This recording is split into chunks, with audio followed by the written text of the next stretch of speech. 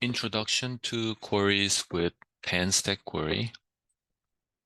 Hello everyone, we're gonna look at how to manage server state in React applications using a tool called TanStack Query. And TanStack Query simplifies the complex processes of fetching, caching, and updating server data. So this not only enhances performance, but also improves the user experience by keeping the UI in sync with the server state. So what is a query in TanStack Query? So a query in the context of TanStack Query is a way to fetch data asynchronously that's tied to a unique key. So this involves a query key and a query function that returns a promise. So unlike mutations that modify server data, queries are best used for fetching data. So remember, if you are updating or deleting data, you should be using mutations instead, and we will cover mutations in a different lecture. Query key and query function. So if we look into these components, the query key is a unique identifier for each query and critical for caching and refreshing data. And the query function is where you define how to fetch the data, returning a promise. So if you were to set up, you can see that we are using use query, and then we have query key, and then we have this query function that defines how to fetch data. And we know that this returns promise. Using the use query hook. So use query hook is the core of fetching data in TanStack Query. So if you pass it the query key and the query function, you will be able to get the result you want. And here is a basic example of querying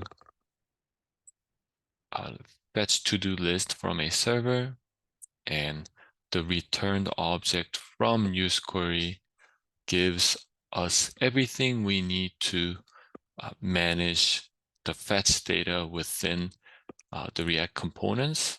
And we're gonna talk more about these returned object query results.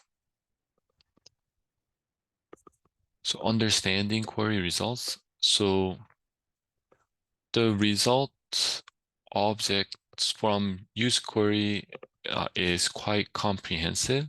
So this includes the data, error information, and there are several state flags. So for example, you saw is pending here. This is pending tells us if data is still loading, and we have is error.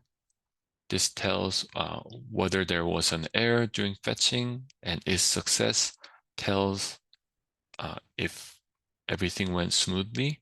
So these states are crucial for controlling the UI flow. handling different states. So handling different states efficiently is really important for a good user experience. So when data is fetching, it's a good UI practice to show a loading indicator. Here we are showing just simple span loading, but we could replace this with any loading indicator or animation that shows that it's loading, or if there is an error, it's important to tell the user what is going on. And one of the way is to display an error message. And once the data is successfully fetched, you can render components based on this data. So managing these states effectively ensures that users have a smooth interaction with application. Advanced fetch status. So beyond the basic states, you can use fetch status. And fetch status, what it does is it provides more granular control over the query's lifecycle.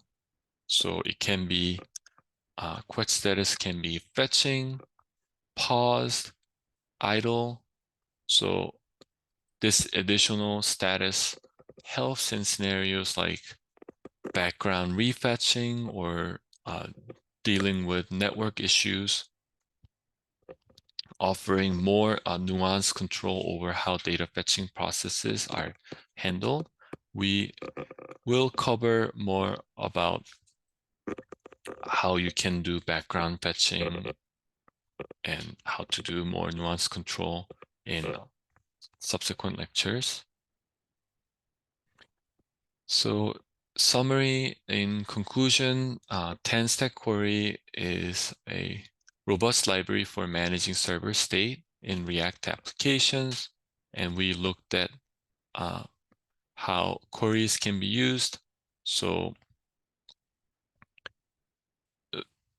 managing state effectively with TanStack Query can significantly streamline how data is handled in your application, and that will ultimately lead to a smoother user experience.